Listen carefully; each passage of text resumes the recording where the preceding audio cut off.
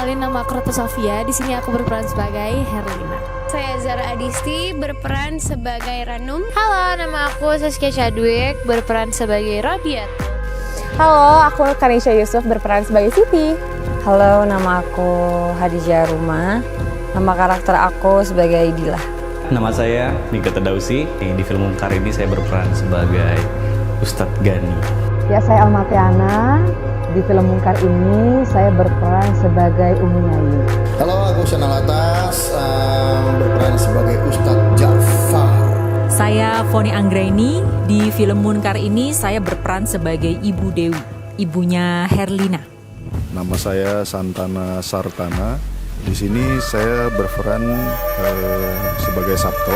Nama aku Ayu Hastari sebagai Umi Indri. Saya Tio Pakusudewo berperan sebagai Kiai Darus.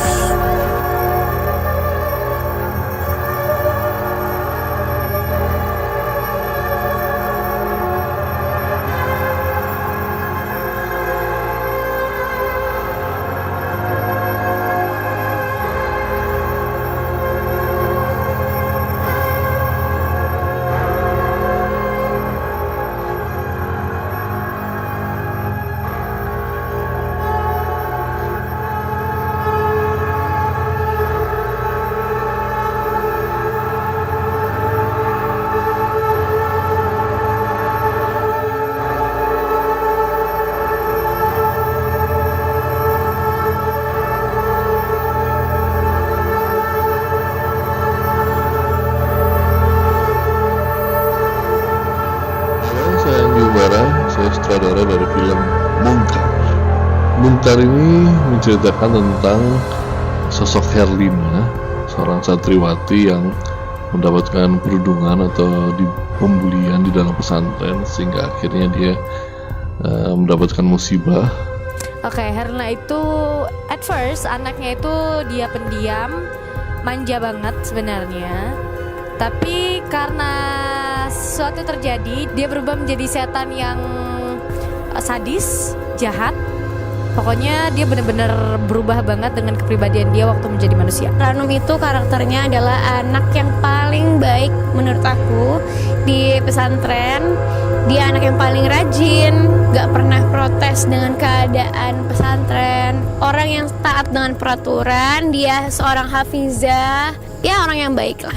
Sebenarnya Rabiatul itu baik guys, dia cuman keganggu aja sama kedatangan Herlina yang menyusahkan semua urusan. Jadi dia marah-marah tapi dia nggak nyangka bakal sampai segitu. Karakter Siti itu orangnya sebenarnya ngikut sama teman-temannya karena dia itu pengen terus ada di pertemanan itu. Cuman dia tuh orangnya nggak enakan, jadi nggak enak kalau mau ngebully Herlina, nggak enak kalau harus jauhin teman-temannya. Cuman pilihan dia dua sih, tetap ngikutin hatinya yang baik atau tetap ada di pertemanan itu.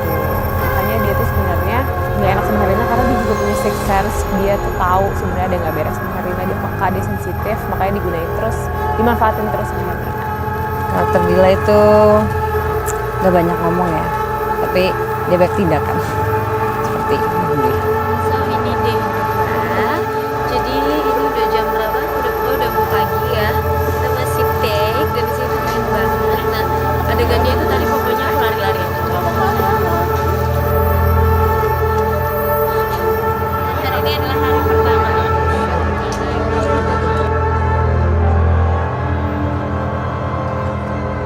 Ustadz Gani, Ustadz paling muda di situ, jadi dia adalah pendatang. Awalnya ada sedikit perbedaan persepsi antara Ustadz Gani dan Umi Ayu.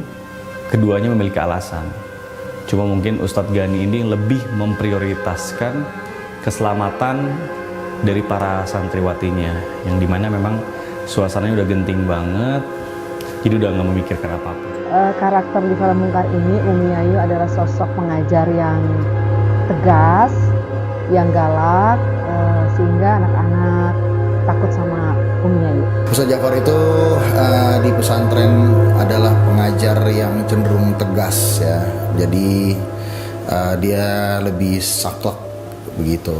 Karakter Umi Indri di sini, aku ngerasanya Umi ini sangat nurture ya, maksudnya ngomongin anak-anak pesantren, dekat dengan semua santri, kemudian dia juga merupakan salah satu staf pengajar juga.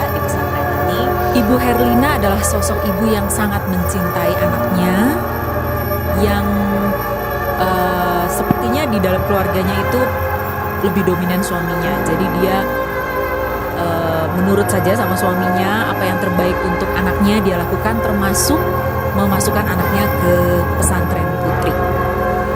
Sabto itu agak keras, seorang pengusaha di mana anaknya Herlina ini sebetulnya susah diatur, nggak mau nurut sama orang tuanya, lalu dia dikirim ke pesantren, dan di pesantren lah baru ada terjadi hal-hal yang tidak diinginkan oleh Sabto.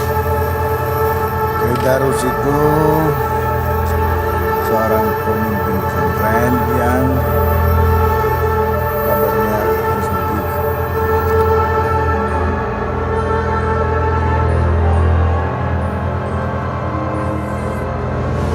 Hari ke-10 guys, kita syuting Munkar, suasananya hujan dengan keramaian seperti ini. Biar doakan lancar ya.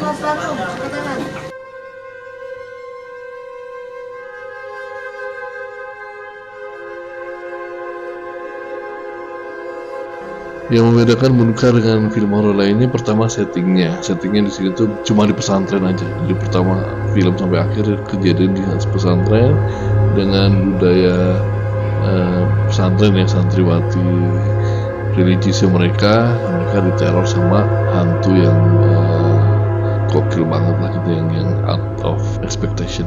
Awalnya itu waktu reading tuh aku sulit untuk membuat suara setan.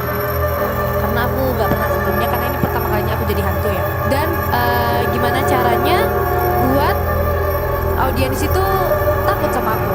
Terus sama waktu aku lagi latihan jalan setan, itu juga agak susah karena jalannya harus pincang.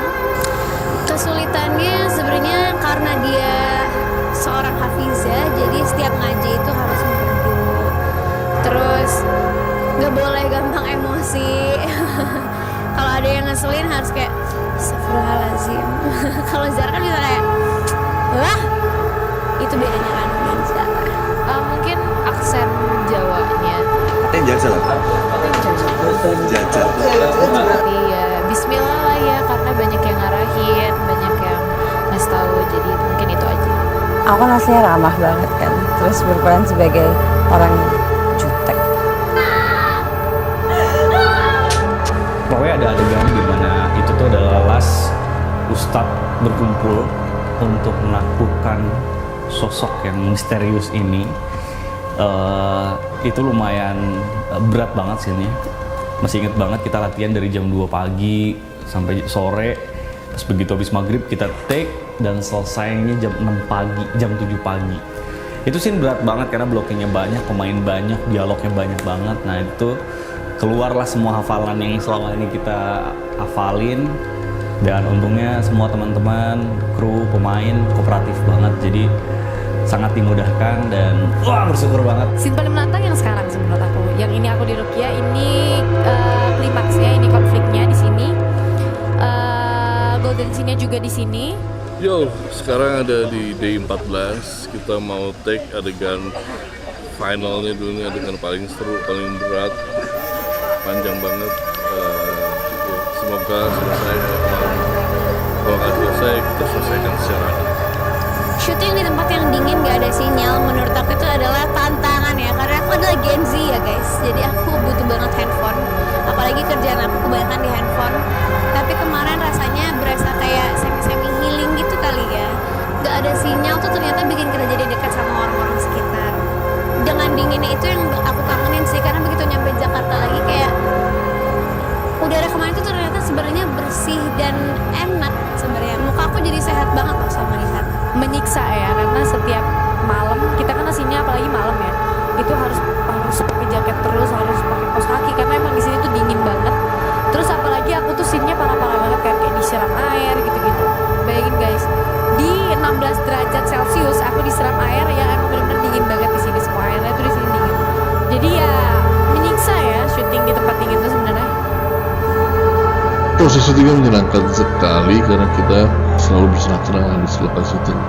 Jadi apalagi dengan energi para aktris-aktris kita yang masih muda belia, dia membawa energi khusus ke kita yang wow, ternyata kita bisa segitu bersemangatnya lagi, segitu ketawanya lagi, lebih fun lagi gitu di lokasi syuting.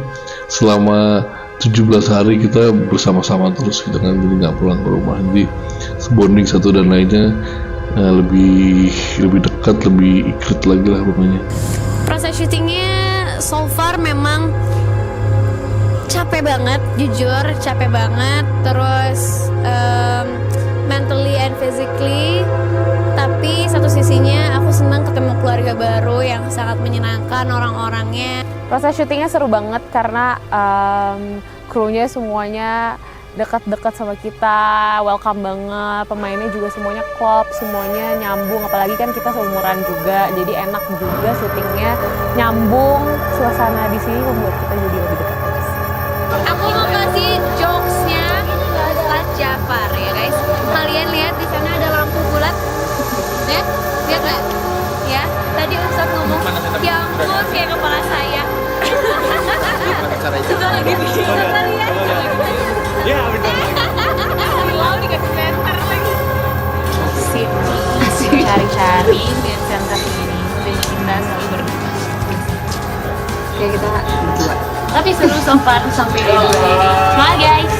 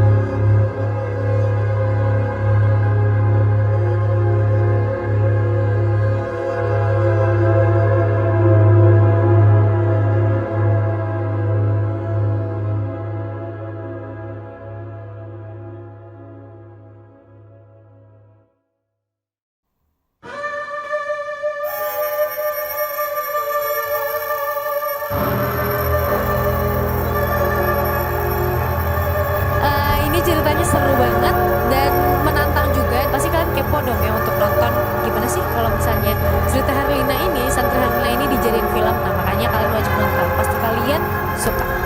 Pastinya menarik dengan setting di pesantren. Selain ini memang based on a true story, ada kejadian yang memang dari situ dikembangkan ya, sesuai dengan kebutuhan film. Jadi pastinya jangan sampai dilewatkan. Munkar has a special place in my heart yang aku pasti bakal sayang banget, dan kalau misalnya project ini udah selesai aku pasti kayak aduh kangen. Dan aku ngerasa proses syuting ini seneng banget dan kita kerja semua all out, we did our best. Jadi kalian juga harus nonton dan semoga kalian seneng nontonnya sama seperti kita yang senang membuatnya, walaupun nanti takut-takut tapi harus seneng juga ya. Alurnya seru karena ini ceritanya tentang persahabatan, tentang anak-anak muda, anak sekolah, banyak yang relate. Tapi di luar itu juga pasti ada banget pesan moralnya, nggak cuma horor biasa untuk ngaget-ngagetin, serem-seremin. Tapi ada banget kisah yang bisa diambil, ada banget nilai-nilai yang bisa diambil dari film ini. Dan apa ya, semuanya kita proses syutingnya seru, pakai hati, makanya semoga kita berharap film ini juga bisa sampai ke hati penonton. Pesan dari film Munkar banyak banget sih, jadi tergantung mana yang bisa diambil lah gitu. Pertama dari itu kan tentang pemulihan, menghargai orang lain, berinteraksi kepada orang lain, apalagi yang sesama santriwati di dalam sana gitu kan. Terus gimana mempelajari juga akidah Islam seperti apa, terus biar gimana pun kita sangat membutuhkan perlindungannya dimanapun, kapanpun.